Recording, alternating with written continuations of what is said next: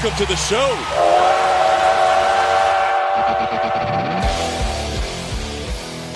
And welcome back to another episode of the AstrosFuture podcast here on the Believe Podcast Network. I'm your host, Jimmy Price, also known as AstrosFuture. You can find my work at AstrosFuture.com and find me on X at AstrosFuture. I'm your co-host, Kenny Van Doren. All right, so Kenny, we're about, I guess you could say maybe 2 weeks into the season right now. 8 games for the lower levels and maybe 15 or so for Sugarland. So we figured it'd be a good time to go ahead and look and see how their prospects are performing, look at the teams, and we'll just work our way down. It's been a solid start to the season for some of the prospects. So we'll jump right into it and start with Sugarland. I think we do have to preface it with saying that, that the team is not your typical prospect type loaded team. There are a lot of major league depth type guys, a lot of guys that are probably in their high 20s, 30s. But man, they are. I think they're like 10-5, and I think they had 3 walk-offs this week in their 6-game series. And it's backed by really, really, really good pitching. We'll get to the overall stats here in a second. But at the end of the day, they may not be the prospects that you're used to seeing maybe in Sugarland, but they're 10-5. They're winning games, and it's been a good start for them. It is a good, I wouldn't say reminder, but kind of look back on that 2024 season. There was a lot of guys on that year where they weren't really prospects anymore. It was some of those guys that are maybe in that 4A range that are trying to get back to the show, have MLB experience, have bounced around with, certain minor league teams, have been overseas and come back and are still, trying, biting at the heels for the opportunity. It's a lot like that, Jimmy. I mean, there's guys that are former top 100 prospects. Kevin Biggio's on this team, of course, hit his first home run this past week. And, CJ Alexander, another one that's bounced around, made his MLB debut with the Royals. He played for the A's. So there's a lot of guys on here that will be good depth. And I think for the most part, the eyes will be on the pitching just for the next couple of weeks. And I know you put it out there before the Astros announced about Miguel Uola and kind of getting rolled up there and leaving the game with an ankle sprain. Is that what the Astros said? Yeah, it was interesting because they didn't really show a video or a replay of it. They just kind of panned to him. Next thing you know, he's on the ground, but he was kind of pointing down there. He got up, he kind of jogged off. He went to the mound. He threw a couple pitches. He decided to come out. So the fact that he didn't have to get carted off immediately helps me be optimistic that maybe it was a mild sprain and something that he can come back from pretty quick.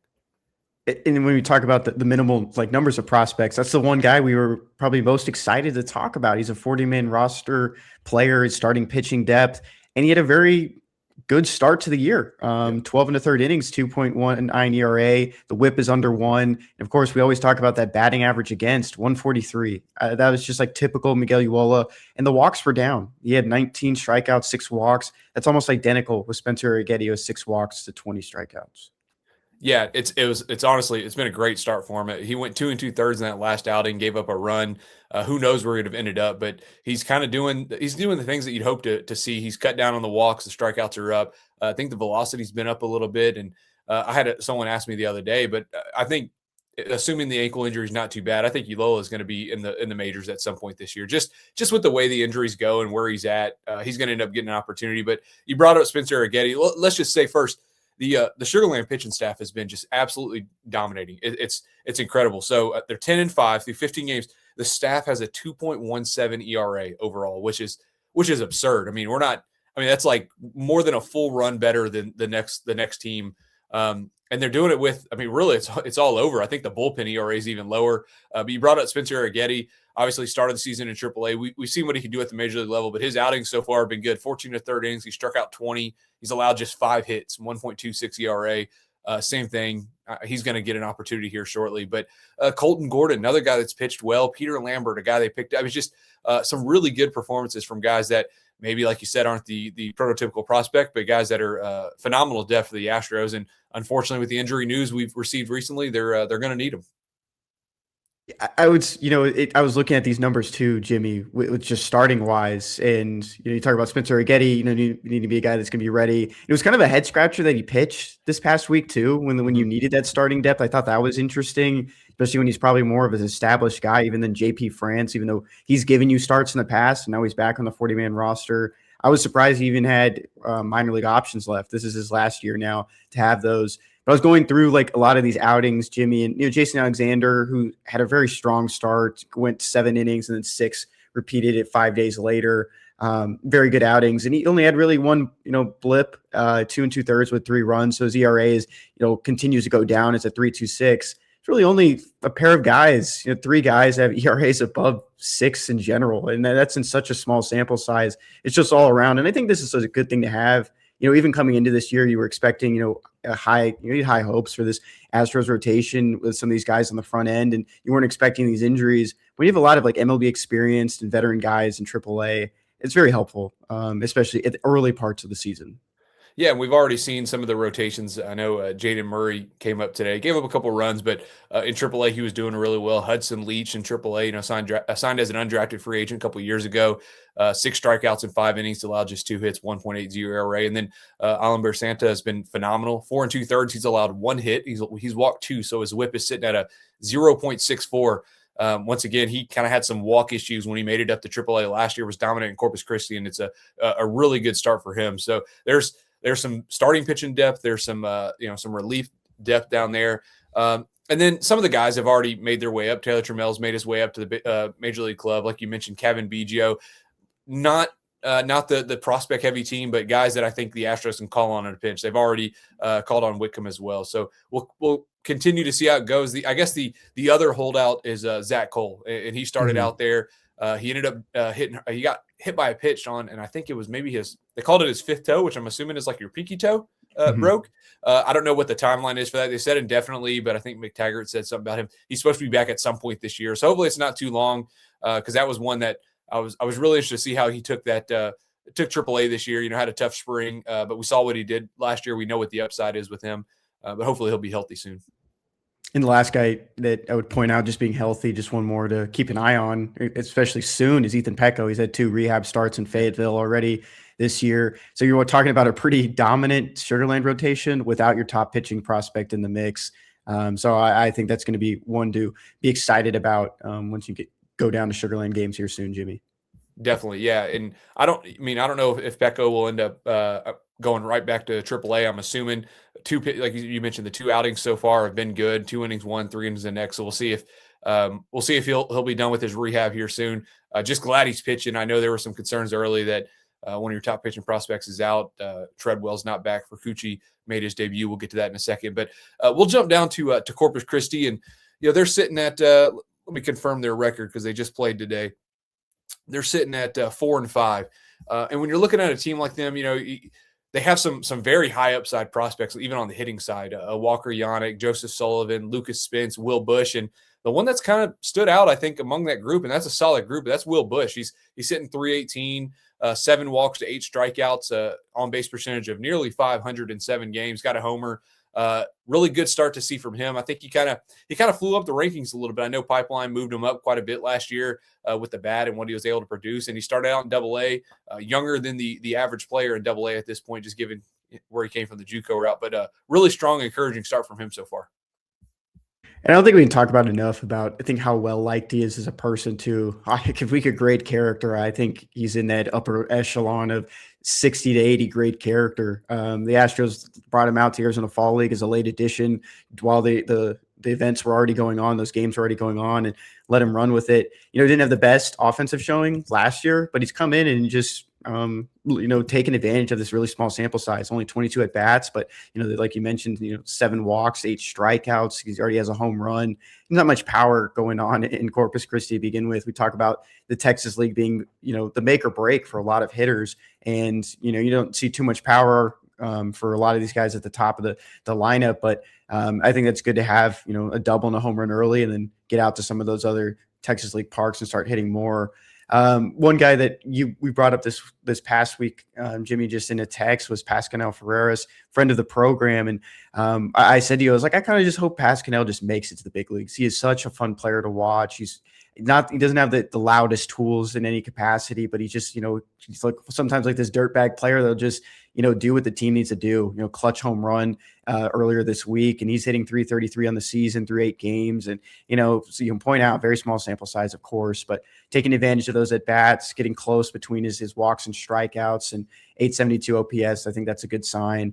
And I'll just jump down, Jimmy. I know I've been talking for a long stretch here, Joseph Sullivan, man, this is like, it just hasn't really changed as that much yet. I know it's very early, but it's just like a typical like Joseph Sullivan line.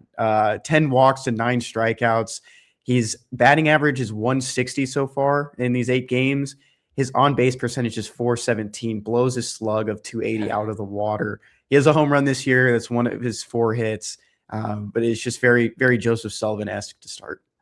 Yeah, I just pulled up his Fangraphs. This isn't including what he did today, but coming into today, just kind of comparing. So his swing percentage last year in Double A was 37%. He's down to 26%. So he's taken a lot of pitches. His contact rate has gone up from 73% to 78%. And I think this is even the most impressive. His swinging strike percentage last year was 10%, which isn't a bad number. That's decent. It's at 5.8% this year. So it's like he's one of those guys, especially early. You look at his line and you think, gosh, he's hitting 160. The power's not there, but like, I mean, he's an extremely patient hitter. He's making contact. He's not swinging and missing. It's probably about maybe just being a little bit more aggressive. And I think it'll come. We've talked about how difficult it is to hit in Corpus Christi anyways. A couple games there, a couple games in San Antonio as well. So like you said, had the homer. I do want to go back to Ferreras. I thought it was pretty cool because he came up in the 9th inning, the other day, and I'm sitting there and I got MILB up and I'm watching game day. And I was on a different game. I don't remember which game. And I had my phone sitting next to me and I get the alert and I'm like, man, it's because there was 2 outs. It's either the end of the game or Ferreras hit a 2-run home run and the Hooks took the lead. I happened to pick my phone up and see Pascal Ferreras 2-run home run. I'm like, that's freaking awesome. 2 outs. So like you said, great guy, plays all over the infield. The Hooks have used him everywhere this year so far, and solid start to the season for him. One other guy that we can hit on because the offense has been – it's been a little slow to start. And, maybe that's – I'd be curious to see if it's all around baseball because I think as we go down, we'll see that the offenses have been a little slow. Lucas Spence, he's hitting 250. He only has a double, no homers yet. He has 2 walks to 11 strikeouts. Not a terrible start for him after kind of his breakout year last year.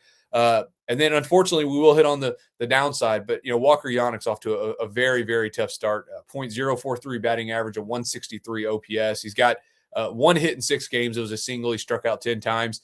It's early for him. Obviously, last year he was solid in Asheville. Didn't make that jump to Double A at the end of the year. But you got any thoughts on Yannick so far? Yeah, it's hard to overanalyze it because we go back to the Arizona Fall League, Jimmy, and we were gooing and gawing just over the exit velocities and like, oh man, if he can put this together and just really just become more of that offensive threat, we're not putting him in that Corey Lee category where he's like this premier defender, and he's a better defender than Corey Lee was. He could be a better hitter as well. So I'm not going to, jump to any conclusions early on. And it's more fun to jump to conclusions on the guys that are playing well. But, That's right. His first time in Corpus Christi, first time in the Texas League, seeing that pitching, it's definitely a step up. And he knows that. I mean, he's the one back there with a lot of those pitchers as well, and he's going to see it. So, I'm not going to worry too much about it right now. And something we can look back on maybe in 2 or 3 weeks and see how many changes he's made.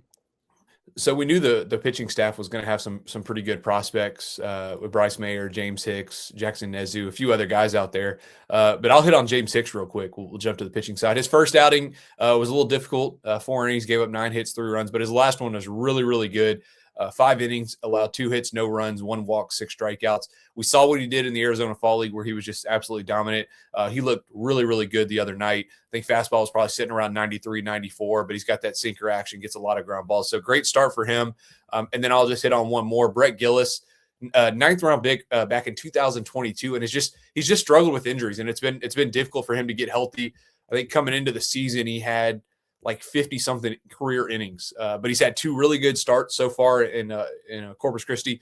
4 innings, no runs, 5 strikeouts, and then 4 2/3 innings, 1 run, 6 strikeouts. He's yet to walk a batter. So in 8 2/3, he has 11 strikeouts, no walks, ERA just above 1. It's early, but just happy to see him healthy and out there performing well in Double A.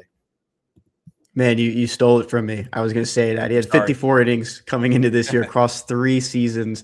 And I mentioned this maybe in the last show. I've always been a huge fan of that 2022 draft. I think there was a lot of hidden gems, maybe not guys that, ended up being, starters for the Astros, but there was a lot of impact players in that draft. And for Brett Gillis still to be around, he's 26 now. There's not a lot of prospects in the Astros system now that are older than me, but he still is. And, I've been pulling for him, to finally get healthy. He came up in Asheville last year and only appeared in those 12 games. I'm a little bit surprised that he was still in a starting role to start this year, but no walks. I mean, that's what jumped off the page to me. I think, maybe the reliever role is in the future, but good for him to continue to be a starter. A guy I'll point out real quick, and maybe he gets a jump up to AAA, and that'll be, that final test to see if he can really break through with this team or just in this system, is Nick Swanson. Go back to the 2021 draft. He's been around this Astros team for a long time. Comes from a very small school in Oklahoma, Northeastern State in Oklahoma. He's 26 now. He'll be 27 this summer, but he's been around the block. 16th round pick back in 2021, five summers ago, and 2.84 ERA through his first 3 outings. All been out of the bullpen. He was primarily a starter at times, but it's too much to kind of overanalyze, or not enough to overanalyze. But he does have 3 walks and 6 hits in those 6 and the 3rd innings, so I think you want to see that limited a little bit. The strikeout numbers are there, and I know the Astros have kept him around for a reason, just seeing if he can kind of carve out a role. But if pitchers keep moving up to Houston from Sugar Land, maybe a door opens where he can see the Space Cowboys sooner than later. Yeah, and another guy that's probably kind of in that same boat as Joey Mancini. Same thing, pitching out of the bullpen exclusively, it appears, this year. 5 1/3 innings, no runs, 7 strikeouts. Trey Dombrowski is another guy. He started 1 game, but he went only, I think, a couple innings. He's pitched out of the pen twice. So maybe converting to relievers, which isn't a bad thing. We've seen other guys do that successfully and be able to move up. So like I said, not a terrible start for Corpus Christi at this point. I think sitting at 4-5. Offense has a little bit ways to go, but we're getting there. So we'll jump down to the next team, Asheville, where I think we're starting to get some of the, what you would call them, maybe the higher end prospects. They're sitting at 3-6 right now. And Kenny, I'll just let you start first. Is there anyone that's kind of stood out on their roster? Did we mention this last episode about Alejandro Nunez just always being a guy that just pops up? Like he just, I think we did, like, about him being just, he may not have that above average tool, but he does kind of everything well. I think last year he led the team in batting average and hits in Asheville. So yeah, I do think we mentioned him. I think he jumped in the pipeline top 30 at the end of it last year when someone graduated and someone needed to join that list too. And he's only played in 5 games so far of the 7 or 8, 7 now for Asheville. And yep. OPS is over 1,000 in that stretch. There's only 2 guys with 2 homers. Jason Schiavone, the catcher, has the other one, but Schiavone, it's just kind of an eye-catching thing where, you just come across Alejandro Nunez. I think he'll have a nice career in the Astros system. Like you mentioned, I don't know how many tools will really jump off the page that carve out an opportunity to make the big league team one day. But if everything keeps, trending up for him, I think he'll stick around in the system in some capacity. So that was the first guy that really jumped off the page at me. Yeah, 21 years old, repeating a high A, but same thing with, we talk about Ferreras, plays all over the infield and hits left-handed. Yeah, great start for him. Excited to see what he can do. Well, let's see, on Asheville, same thing. There hasn't been a ton offensively that's kind of jumping off the screen at you. Unfortunately, there has been a little bit of the negatives, and I know we mentioned pre-show we'd say something about it, but Ethan Fries, he's hitting 115 right now.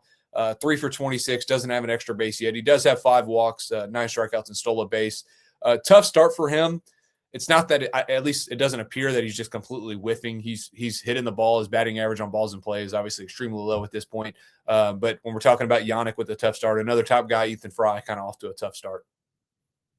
And the first thing that goes to your mind is like, there's this, advanced hitter from the college ranks that, you don't want to see turn into, I wouldn't say a nothing burger, but like, to a point where they're just not moving up the system anymore. You go back to Cam Fisher a couple years ago, and last year getting released by Houston. And that's something you just want to avoid. You want to push these college bats and challenge them as quickly as possible. And we can't overanalyze a first series. And it's a first, full week for him at high A, but he still has, those tools that'll jump off the page at you. The 60-grade power. We just got to see it finally play out. And I'm excited to see this next week. I want to see how he responds. He still had a good amount of walks in that stretch too, 5 walks, those 9 Ks.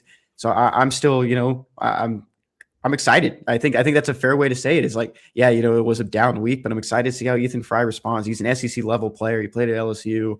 I think he'll be fine. I still have high hopes. I know I tabbed him as a guy I think could be the number 1 prospect in this system by the mid-year ranking update, and I'll stick with that. Yeah, and I think we'll hit on it a little bit when we get down to single A, and we talked about it a little bit pre-show with some other guys. But it only takes 2 good games right now since the early in the season for your numbers to truly turn around. Just going to take some hits to fall, and like I said, it's not that he's not making contact. There is contact there. Just got to get a little lucky. But we'll jump over to the pitching side. I know there's a few that we were really looking forward to watching. Cole Hertzler, 6th-round pick, I believe, a couple years ago, and is finally healthy, pitching well. 2 outings so far. He's got 9 2/3 innings. He struck out 13. He's allowed just 2 runs, 4 hits. So 1.86 ERA. He hasn't pitched in Asheville yet. Their home opener, I believe, is I think it's April 21st. I'm guessing because they were finishing up some. They were updating the field and stuff, so probably a little behind on that. But he's been off to a great start. And looking at some numbers here, I'll just throw one more out there. Luis Rodriguez, that was a pitcher they got from the White Sox in the Corey Julks trade. And he's only made 1 start, 1 appearance this year, but it was phenomenal. 4 innings, 1 hit, no runs, no walks, 5 strikeouts. That was kind of one of those deals where it was like they got Rodriguez so low in the system. I mean, he was in rookie league at the time. Mm-hmm. Kind of felt like I don't want to say a throwaway trade, but a lottery ticket, if you will. And so far, he pitched well last year in Fayetteville, and now he's moved his way up to Asheville and is off to a good start. So good numbers to see from him. I would say a guy in a different boat. It's kind of totally different boat. I mean, this is probably in different waters too. But Nolan DeVos, we talk about guys that have been injuries. You can compare him to Brett Gillis. He had Tommy, or I don't know did he say it was Tommy John when you asked him, or was it just an elbow surgery?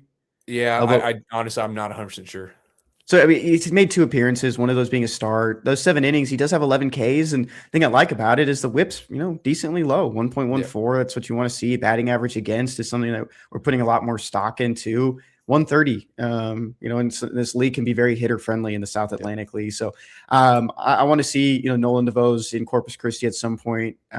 Talk about another guy from the 2022 draft, right?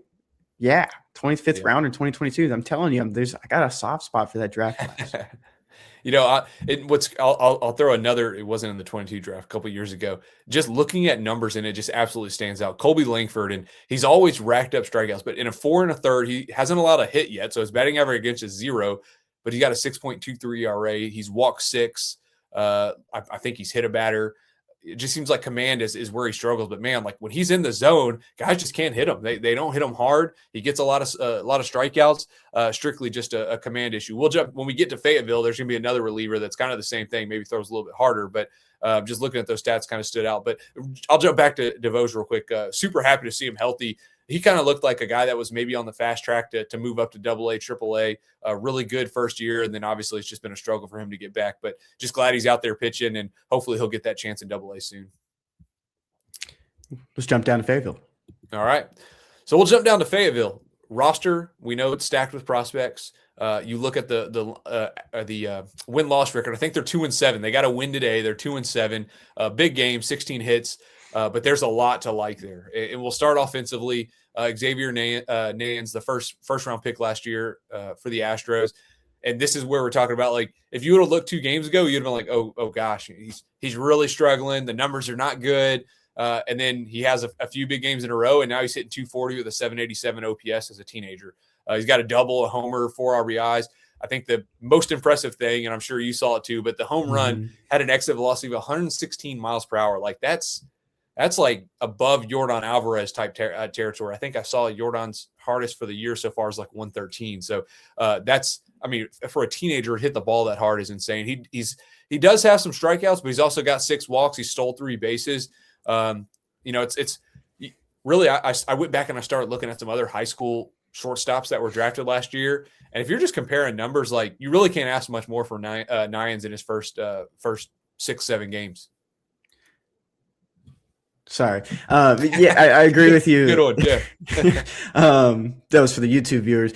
But yeah, it was a matter of time for the power to come out. When you go back to that 2025 class, just draft class in general, and you compare it to high schoolers, I think the only, power that, he could rival was Ethan Holiday at the top. I think those are the 2 top power hitters, and everyone knows who Ethan Holiday is. I don't think many Astros fans knew much about Xavier until the draft happened, or, in the days leading up, because he was, mocked by certain people as a possible high schooler Houston would take.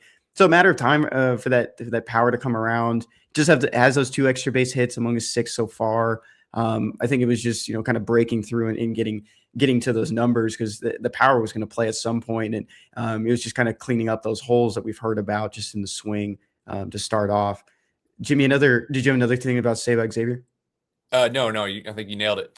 Yeah, so moving on to a guy that I mean, both of us were pretty excited to see just because he probably has his first year as an actual prospect in the system and kind of go through the motions. Was Anthony Hueso, and I think a thing that just jumps off the page when you look at his stats is that he has 4 hits so far. 3 are for extra bases, 2 are triples. He leads this team in triples. It's not a number that we really put too much stock in general. I mean, anyone at any baseball level doesn't think about it too much. But the one hole right now is those 13 Ks, the 3 walks. I would expect it a little bit more patience from him, but it's one of those another one of those guys where you want to see how he responds next week. This is first full series, first full set of 6 games. How will he respond next week with another full week? Yeah, it's I think after how he finished the year, maybe you expect a little bit faster start. But like you said, he had a double today, the 2 triples, has 2 stolen bases. We'll see how he responds. But one other guy that, well, there's few, but one for sure that really stuck out to on a nice start is Josh Wakefield, drafted last year. This was his first full season in the minors, and I guess my thought, I'm looking at a left-handed hitting outfield prospect. I'm like, man, is this our next like Joey Loperfido? I don't know if you knew I was going there, but 2 homers, 4 walks to 7 strikeouts, a good walk to strikeout ratio, 5 stolen bases, has an OPS of .899. He's hitting 280. Really good start. We'll see where he ends up. Like you said, it's 1 week, but he's been leading off for sure. Fayetteville in the games, and Kevin Alvarez isn't playing, and just off to a great start. And I think the power is probably something that has kind of jumped out. I think he had 1 home run in 50 games last year at Grand Canyon, and he's already got 2 for Fayetteville this year. So not that I expect him to be a big power guy, but he's getting on base, stealing bases, kind of doing what you expect a college outfielder to do. I wonder if he played safety in high school too for football. But yeah, I was looking it up. He's a little bit smaller than Joey. So I mean, from that stance from the left side, it might look smaller. But I think it's a fun comp so far. Just with all the tools that he's showing, especially on the base paths too, with those 5 stolen bases. Yep.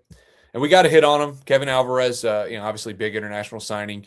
Off to a solid start as well. 18-year-old. He's 7 for 27, so it's a 259 average, 2 doubles, 4 RBIs. He did have he had a big, or I think ended up being a sac fly, or maybe it was a double.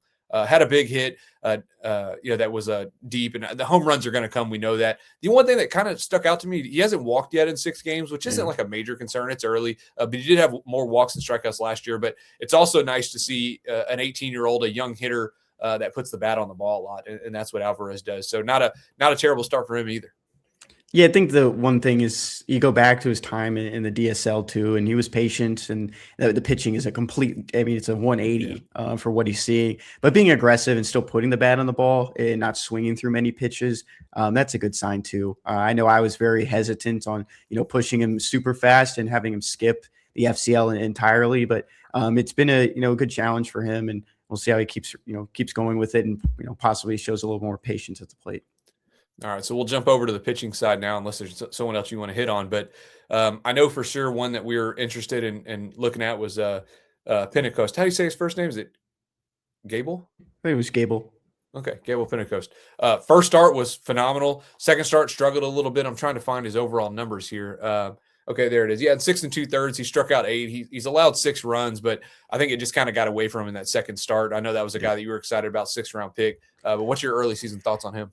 Yeah, it was that first game. He had the opening day start too. He went 4 innings, 7 Ks in that outing, and he only gave up a hit and 2 walks, no earned runs. And then the stain on his ledger right now is those 2 2/3 out of the bullpen in his second outing a week later. That's when he gave up the 6 runs on 6 hits, including 2 homers and a walk, and only had 1 K in that outing. But that first outing, that was exactly what I was expecting. That was the guy that I tabbed as the pitcher I wanted to see in Fayetteville, and someone that could move up pretty quickly, considering he didn't pitch last year. And I thought this was a perfect opportunity. And I think I like him more in the starting role than a reliever, but I'm sure that there's a lot of those tandems that the Astros are still working on, getting guys opportunities to stay stretched out throughout the week. Yeah, and as I'm looking down the roster here, looking at just some other numbers, and I know we already talked about Ethan Pecco. He's yet to walk a guy in his 2 outings, which I think is really good to see. Javier Perez had a really great first start, 4 innings, struck out 8. His second outing, he allowed 3 runs. He had 3 hits. It was 3 solo home runs. Outside of that, the 2 walks to 13 strikeouts. He's got really good command. He's not going to walk a lot of guys. Jagger Beck made his full season debut. He has a very interesting line too. He allowed 5 hits over 2 2/3 innings, but he didn't walk any and he didn't allow a run. He struck out 3. and the 3 strikeouts, I believe, were on the curveball. He was getting a ton of swings and misses.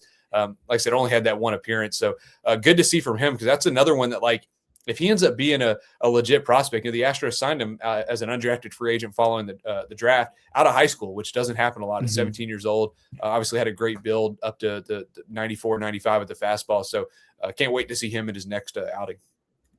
Yeah, it was someone that I thought took maybe an extra year until he got to single A. But, another line that was very similar in that sense of kind of a lopsided one that didn't allow any runs was Ryan Furcucci. We've been waiting on him for a while now. Second round pick for the Astros back in 2024 now. Yeah, the third rounder. I mean, there was no second round pick that draft, but he made a 1 inning start for Fayetteville. He had 3 walks, but 2 Ks and got out of it. I think that's a good line for him, just to be able to balance that and get through it. But now it's going to continue to kind of build on those and get those starts a little bit deeper. Yeah, I think, and maybe, I don't know if it was nerves or what it was. I think he walked the bases loaded early, but then he got those 2 strikeouts late. So, like I said, just great to see him out there and healthy. I'm sure he'll pitch again this week. One other, we're talking about a guy that has maybe some command issues, but electric stuff. Lemar Rosario, I think he pitched at some point in spring training, or maybe in the spring breakout game it was. But in 5 innings, he's only allowed 2 hits. Unfortunately, has allowed 4 runs, 6 walks, but he's got 9 strikeouts. And I think it was maybe the Astros player development that had posted it on X the other day, but I think he was up to like 102 or something. So just an electric fastball. Like when you watch it, like guys are struggling to hit it. He's got to be able to just get it in the zone. That's his biggest issue right now, but really, really electric arm. Yeah, it was 102. That's actually the last post from the Astros player development account from this weekend. So that's an easy one to find. A lot of good like single A action this weekend in general. Even when you go to that Gable Pentecost, Javier Perez was right behind him, and they combined for 15 strikeouts. So I think it's an exciting time in Fayetteville, even though the record might not show it. If all these guys are playing at their best, they're all intriguing in different ways. A lot of the tools, even when you look past Kevin Alvarez and Xavier Nadens. Oh yeah, for sure. Yeah, no, and there's a lot of really young guys on the roster. Arturo Flores is another one. He's got a couple of homers. Juan Sierra, a couple of homers. They have some strikeouts there as well. But teenage, they're teenage level hitters playing in single A right now, and being able to get some homers, which is good to see. So overall in the system, it started a little rough. This last week has been a lot better. Some of the prospects really turned things around. We'll see how things go this week, but we're a week and a half into it. We'll record here again in a couple weeks, but I don't really have much else to say other than it's a solid start, and I'm interested to see where these prospects continue to go. Favorite uniform so far, Jimmy? Oh, definitely the what's it called? You talked about it. Toon Squad. Toon Squad, yeah. Toon Squad, right? Yeah, Fayetteville. They did 2 this week. They did that one, and they did like a Crayola one. That was today and Sunday. Yeah. So they were auctioning those off. Actually, I messaged one of the guys from Fayetteville that didn't win in the auction. He got an Alvarez and a Nyans jersey, which is pretty cool. So, but no, like it's crazy. Like the first week into it in minor leagues, they're already wearing a Toon Squad and a Crayola uniform. So yeah, they were cool to see though.